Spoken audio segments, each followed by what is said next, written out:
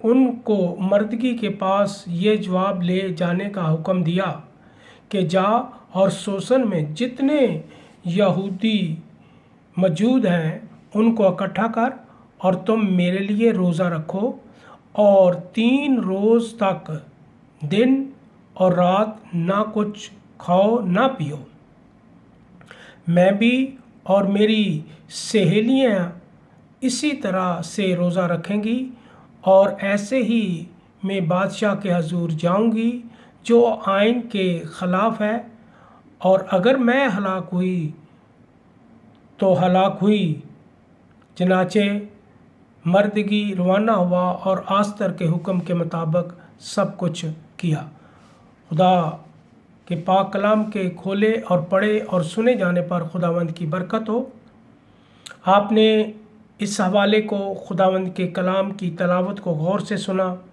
میرے عزیزو، آپ جب بھی چرچ میں یا کہیں بھی خدا کے میسج کو سنیں تو کلام کی تلاوت کو غور سے سننا ہے۔ اگر آپ نے خدا کے کلام کی تلاوت کو غور سے سن لیا تو آپ نے آدھا میسج جو ہے وہ سمجھ لیا کہ اس میں کیا لکھا ہے۔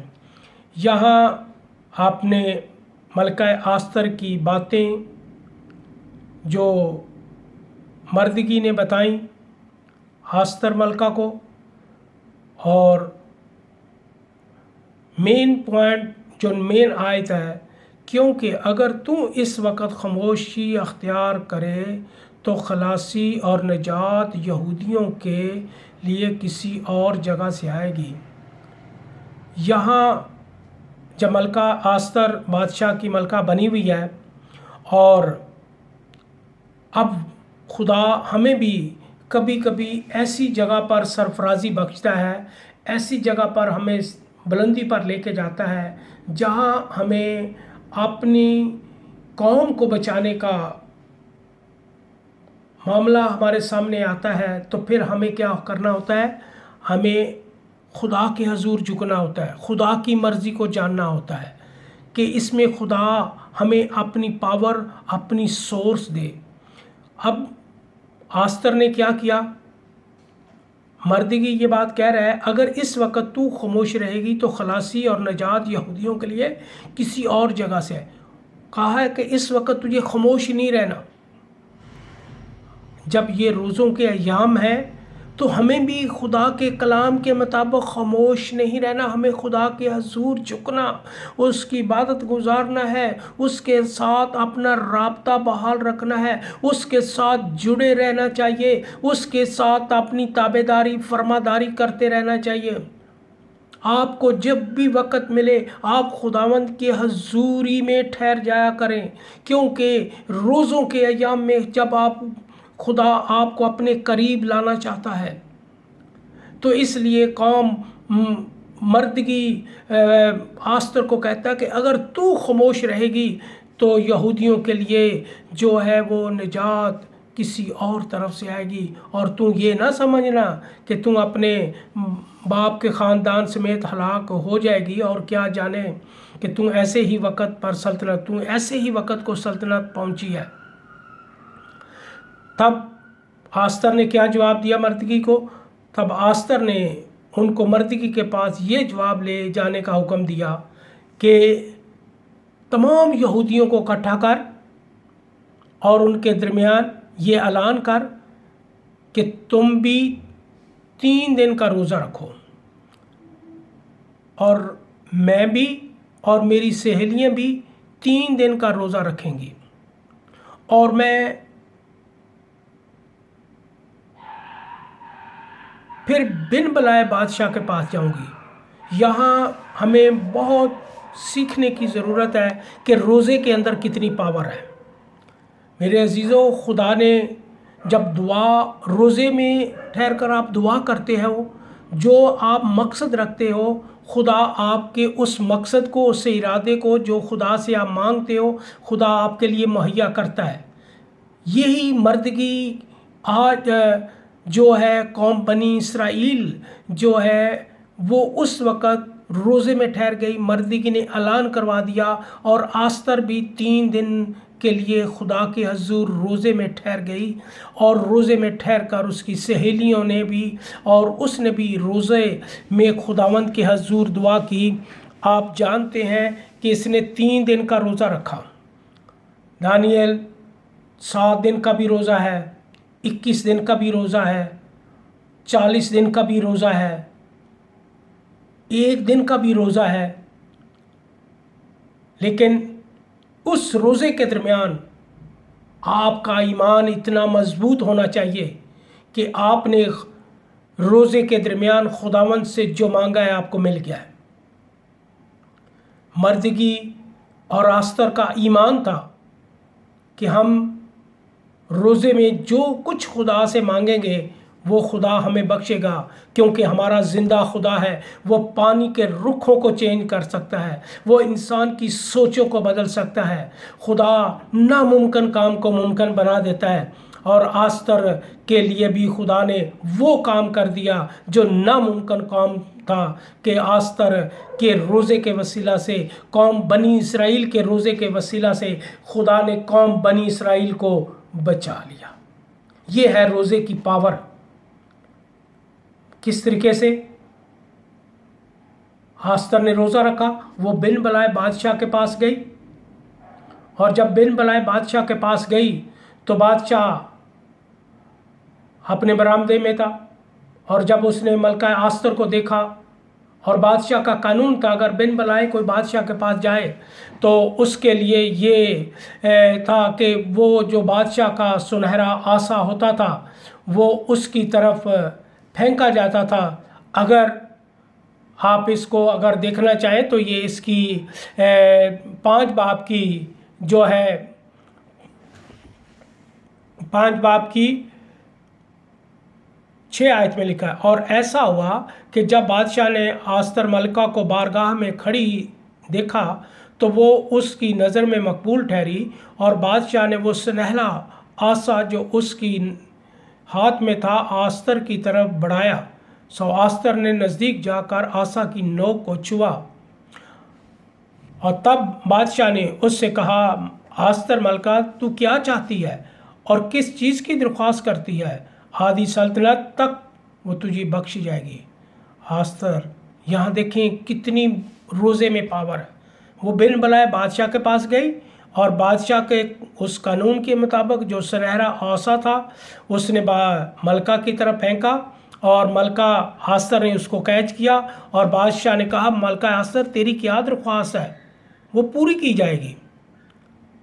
خدا نے بادشاہ کے ذہن کو بدل دیا، خدا نے بادشاہ کی سوچ کو بدل دیا، خدا نے اس کی خیالوں کو بدل دیا۔ بادشاہ نے ملکہ آستر سے کہا، تیری درخواست کیا ہے؟ تجھے آدھی سلطنت چاہیے، وہ تجھے دی جائے گی۔ لیکن جو بات بادشاہ بھی نہیں جانتا تھا، آستر جانتی تھی، آستر کی سہیلیاں جانتی تھی، قوم بنی اسرائیل جانتی تھی، اور خدا جانتا تھا۔ ہمارا زندہ خدا ہے، وہ ہمارے دلوں کو جانتا ہے، وہ ہماری سوچوں کو جانتا ہے۔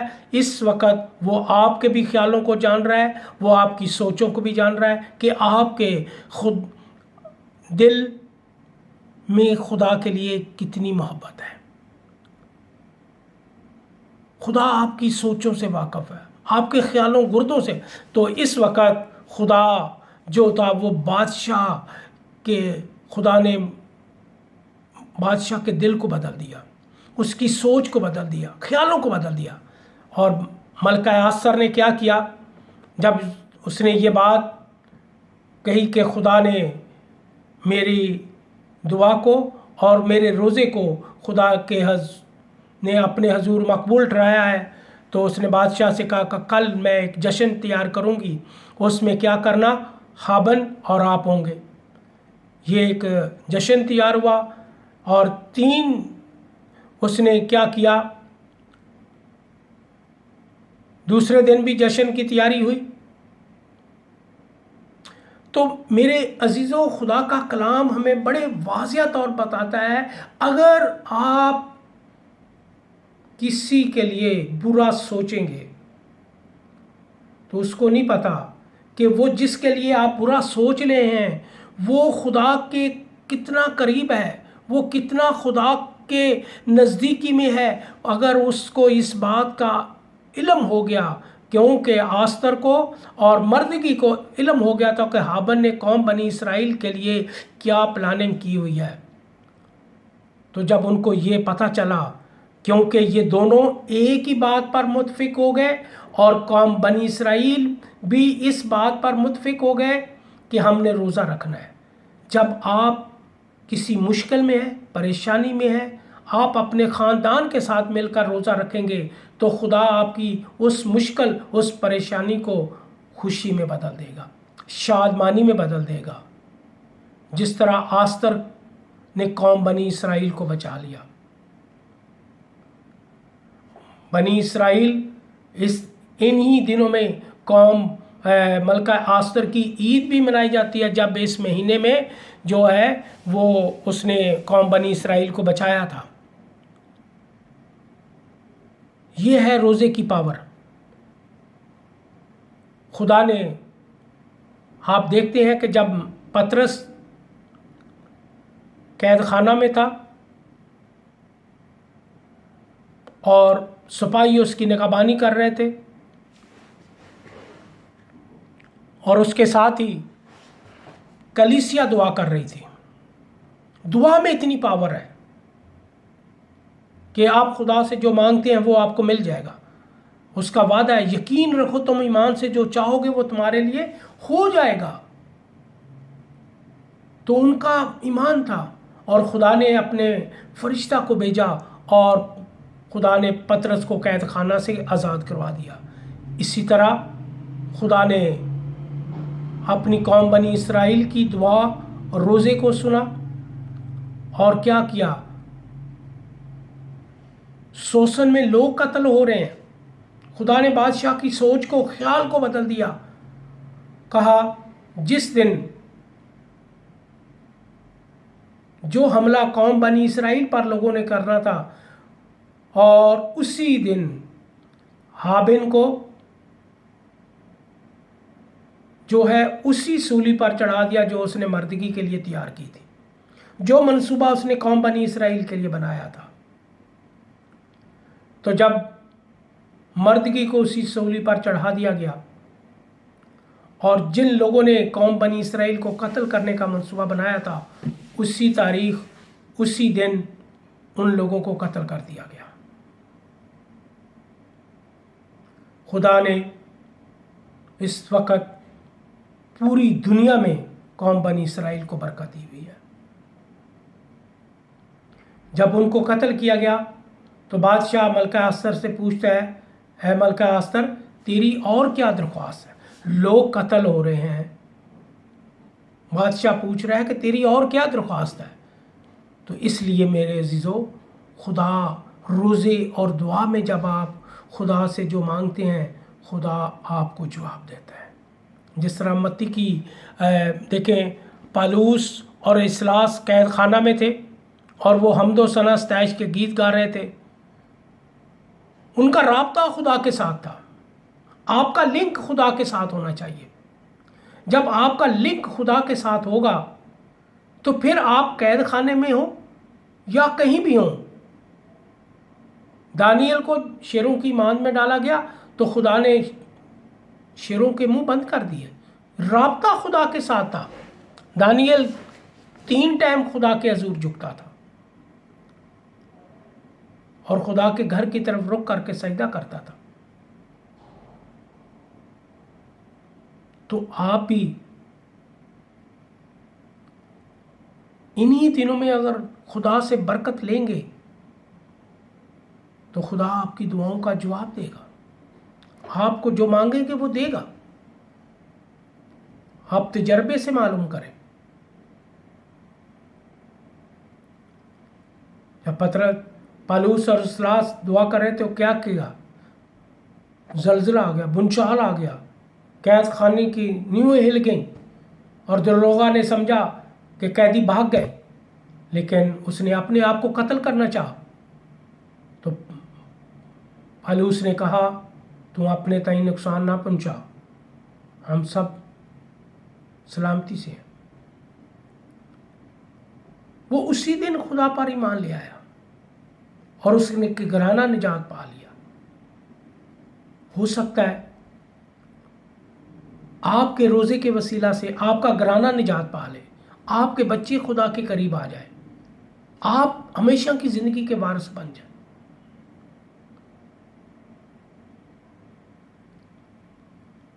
پھر خدا کا کلام ہمیں بڑے واضح طریقے سے متی رسول کی انجیل اور اس کا 18 باب اور اس کی 18ویں آیت میں کیا لکھا ہے؟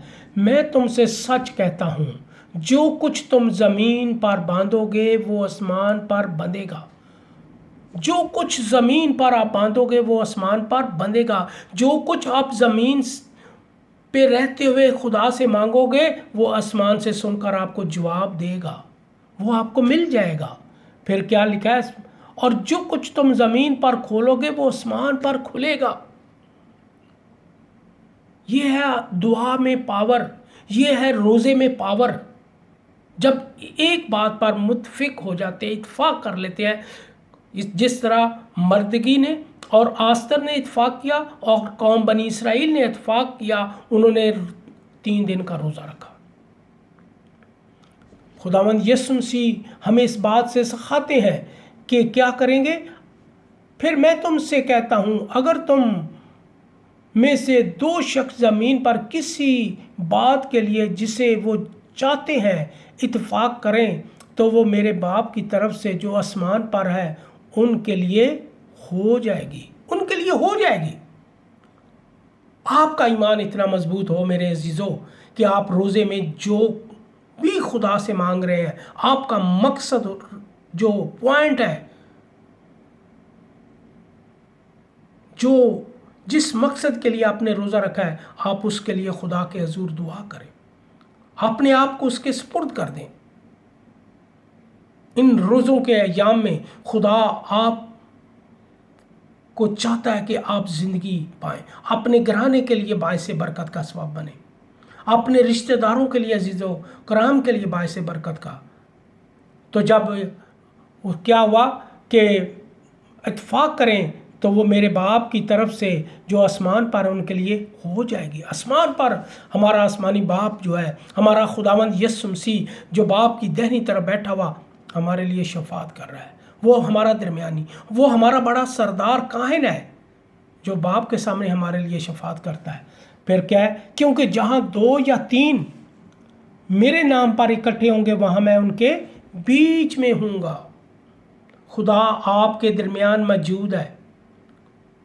آج اس وقت، اس گھڑی جب آپ خدا کے کلام کو سن رہے ہیں، آپ کا دھیان خدا کے کلام کی طرف ہو، یہ آپ کا میسج آپ کو باعث برکت کا سبب بنائے گا، آپ اور آپ کا گھرانہ برکت پائے گا جب آپ کے اس بات پر متفق ہوں گے کہ خدا کے کلام کے پڑھنے اور سننے سے برکت مل۔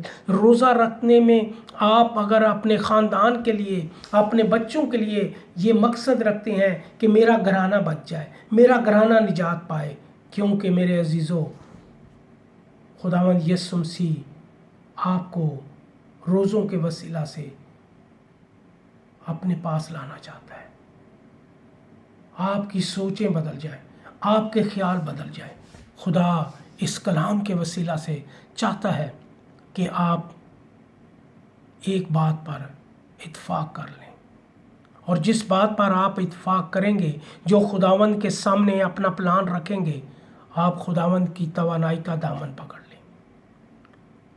جب آپ خدا کی توانائی کا دامن پکڑ لیں گے، اس سے صلاح لیں گے، اس سے مشورت لیں گے، تو وہ آپ کی صلاح کار بنے گا۔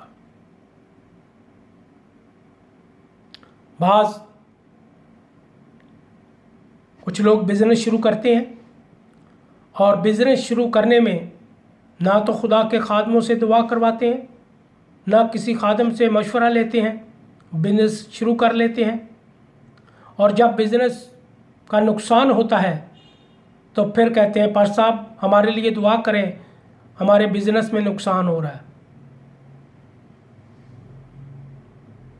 میں ان سے یہ پوچھتا ہوں، جب آپ نے بزنس شروع کیا تھا اس وقت خدا سے پوچھا تھا، خدا کے خادموں سے پوچھا تھا، خدا سے مشورت لی تھی؟ اب نقصان ہو رہا ہے تو آپ خدا سے مشورت لے رہے ہیں،